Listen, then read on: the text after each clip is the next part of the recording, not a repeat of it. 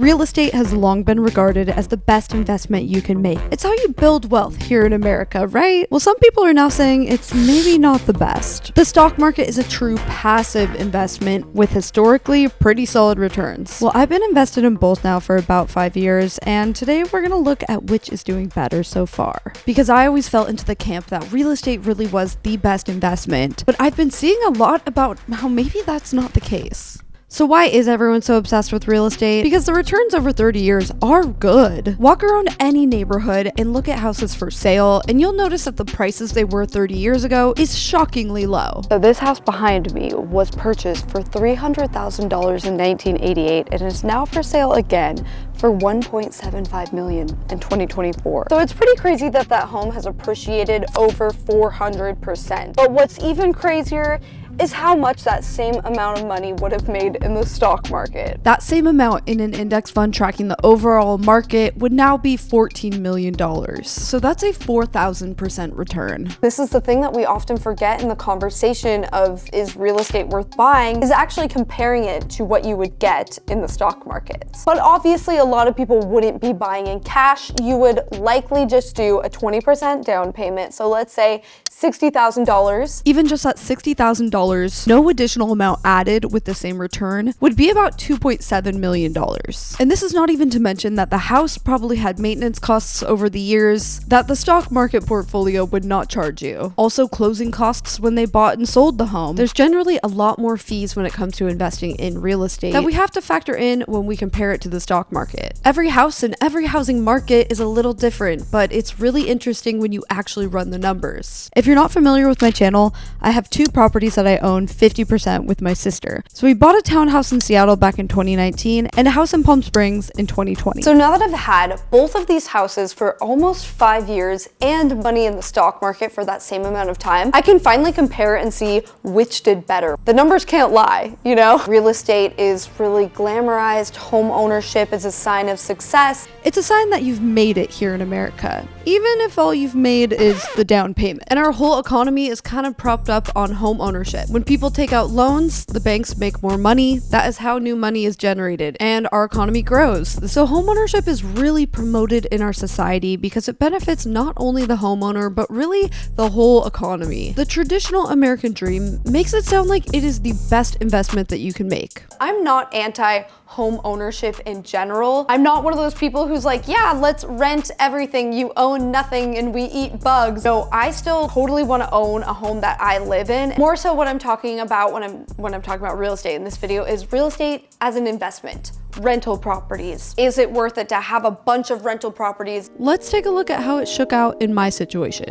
Okay, so we're starting with stocks because that is what we are comparing all the real estate to. So October of 2019, 5 years ago, the index fund that I invest pretty much all my money in was at 266. And today it is at 532, which is actually a 100% increase. So I doubled my money on that in 5 years. Typically it takes 10 years in the stock market. So that is unusual, but that is what happened.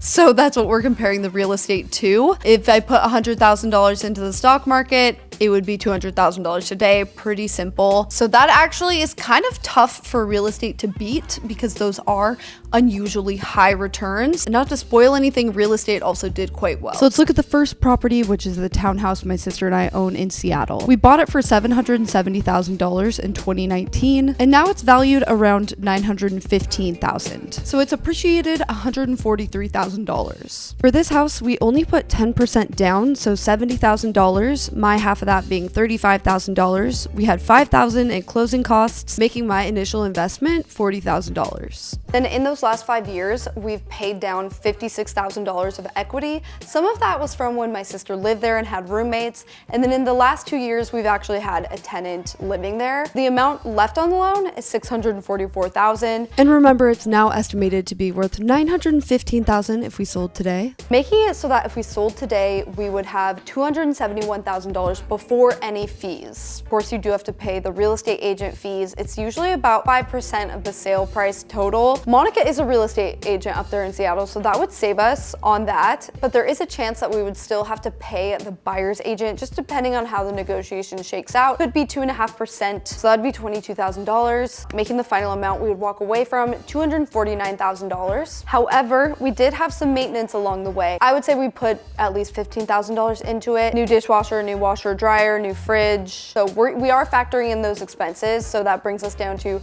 $234,000 in profit. Divided in half, of course, with my sister, my amount would be $117,000. And then the cool thing with real estate is if you live in the house 2 of the last 5 years, you wouldn't pay any tax on that, which is a unique benefit to real estate. So in this case, it actually did beat the stock market return, and real estate was the better investment if we're just looking at the numbers and being honest. Okay, but the Palm Springs house is kind of a different story. We purchased it for $750,000, had to put a little over 20% down. That was $240,000 total. My half was $120,000, and then I would estimate we each probably put another $120,000 into renovations. For this house, it's now valued at about $1,050,000, and the amount left on the loan is $464,000. We paid about $40,000 down of the principal payment. So if we sold before any fees, we'd have about $586,000 divided by 2 people, $293,000. So the initial investment of $243,000 I made appreciated to about $293,000. That is before any fees of selling. That's a 22% total return after 4 years, about 4% a year. And when you compare this to the stock market actually did better. If you put $240,000 into an index fund, just tracking the overall market 4 years ago, it would now be at about $422,000. So in this case, stocks did do better, and with the townhouse, real estate did better. And I think a lot of that is just because the real estate prices jumped up so much from before COVID to after. And when we bought the Palm Springs house, it was kind of midway through that jump. So we weren't buying at the very bottom. We were buying a little bit of the way up. But I think it is interesting to note that I would have made a lot more money with a lot less hassle had it just been in the stock market. The thing a lot of people like with real estate, that eventually the mortgage will be paid off. You have this asset that's worth quite a lot more than when you initially bought it, and you could rent it out and make income from that. But sometimes you would actually still just make more with your yearly stock market return after it's compounded for 30 years. With the Palm Springs house, for example, if it appreciated 4% annually, in 25 years it'd be worth about $2.8 million, and the rental income would probably be about $160,000 a year. Had that initial investment been in the stock market, it'd be $408,000 today, right? And 10% annually over the next 25 years, that would be $4.42 million. And just simply having that amount in an index fund, getting a 10% return, that's $420,000 in a year. So not only would the portfolio value be more than the home value, but also the yearly investment income would be far more than the potential rental income. So in the case of the Palm Springs house, even 25 years into the future, it seems like the stock market returns are better than the real estate returns. Obviously, these are just estimates. Things could end up a little bit differently, but I'm doing this based on historical data. You're probably wondering why I don't sell the house and put my money in the stock market. It's because I don't really view that house as an investment vehicle. I don't own it just for the investment purposes. Obviously, I use it a lot. It's not just some rental property that I don't care about. But if I was viewing it purely from an investment standpoint, I probably would sell it and just put my money in the stock market. So that's how the Palm Springs house math works out. The townhouse, though, is a different story. So with the townhouse, remember, we are going with that initial investment appreciated in the stock market. So that would have been about $80,000 today. In 25 years, at a 10% average return, that would be $866,000. And if you have that money in the stock market, it would make $86,000 average per year. Compared to as a real estate investment in Seattle, if it appreciates at 4% a year, which is definitely likely because it is a fast growing city with limited land. In 25 years, it would be worth $2.4 million. And the rents would have increased so that it would be bringing in $134,000. Now the property taxes would increase as well to $25,000. However, after that $108,000, it is still better than what the investment income would be. But then there's also maintenance, probably, $5,000 a year average, really more like $103,000. The interesting thing is when you look at how these are taxed, the rental income is taxed as ordinary income, so it's taxed higher than the investment income is taxed at long-term capital gains tax. The income from each of these investments, it almost evens out after taxes, but the obvious difference is the asset value. The house is valued a lot more than what that stock market portfolio would be. So real estate is the clear winner in the townhouse situation. And why is this, you might wonder? It really comes down to the leverage factor. Because we only put 10% down initially and we have a low interest rate, we're able to leverage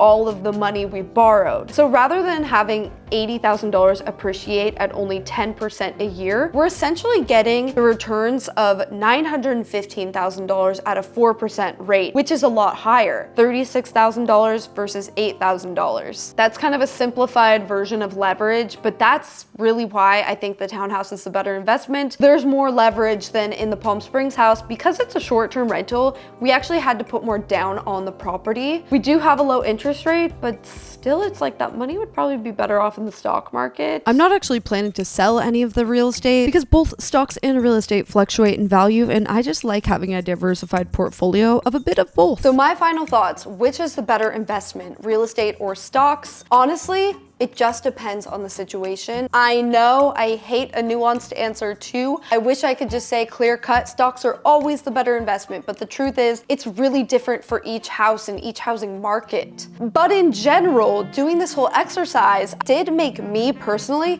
favor just investing in stocks because it is so passive. You don't have to deal with tenants, vacancies, maintenance, unexpected costs, and hassles. You can get a solid return that is pretty predictable. Of course, there are years that are going to do a lot better and some that are going to do a lot worse. But over the course of 30 years, it kind of on average evens out. I think when you factor in what a hassle rental properties can be, stocks are the clear obvious winner. In some cases, it can be a better return with a lot less work. Unless you have some amazing cash flow real estate deal that is really hard to find these days, by the way, then stocks I feel are just the better answer. Even these big real estate gurus on YouTube who have kind of been touting rental properties for years have now kind of come out and said that cash flow is sort of bullshit and it all just goes to maintenance. Specifically, I love what Ryan Pineda said on his podcast about this. Just watch. It's made me realize that, to me anyways, I expect my rentals to not make me anything, period. Like even if, like I'm buying them to cash flow, so real right now. But I'm expecting they make zero. I'm not counting on anything because I'm expecting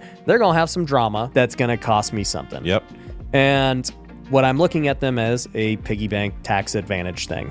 That's kind of the reality of it. Even from someone who has a bunch of rental properties, a bunch of experience in real estate, he knows that most of that cash flow is gonna go into those annoying maintenance expenses. And actually the townhouse, we just signed a lease with a new tenant and it cash flows $200 a month now, but I don't even look at that as income. I'm like, that's for sure going to maintenance and I'll probably still have to pay more on top of that. $200 of cash flow a month, in reality, that's all going to maintenance. So the good news is you actually don't have to pick one or the other. You can invest in both stocks and real estate. But I wanted to make this video kind of as a point that just because you haven't invested in real estate yet doesn't mean that you're necessarily missing out on a ton, because if you are invested in some kind of asset like an index fund in the stock market, you're still doing pretty well, and in some cases even better than if you were in real estate. You know, doing this whole exercise of running the numbers really made me not want to buy rental properties and just have a property that I live in and that is my home, because there's psychological security to that. No one can take it from you. No one's going to raise the rent. No one's going to evict you. As long as you pay your property taxes, like, you're good, and eventually you won't have a payment at all. I like the thought of that. I totally get why people want to have a house that they live in. So that is my analysis of my real estate investment, you know, how it measures up to how the stock market did, because a lot of people do ask me about this in real life. Let me know what you guys think of this analysis. Do you think it's accurate, or is there anything I didn't factor in? Comment down below, which investment do you prefer, real estate or stocks? All right, I'll see you guys in my next video. Bye.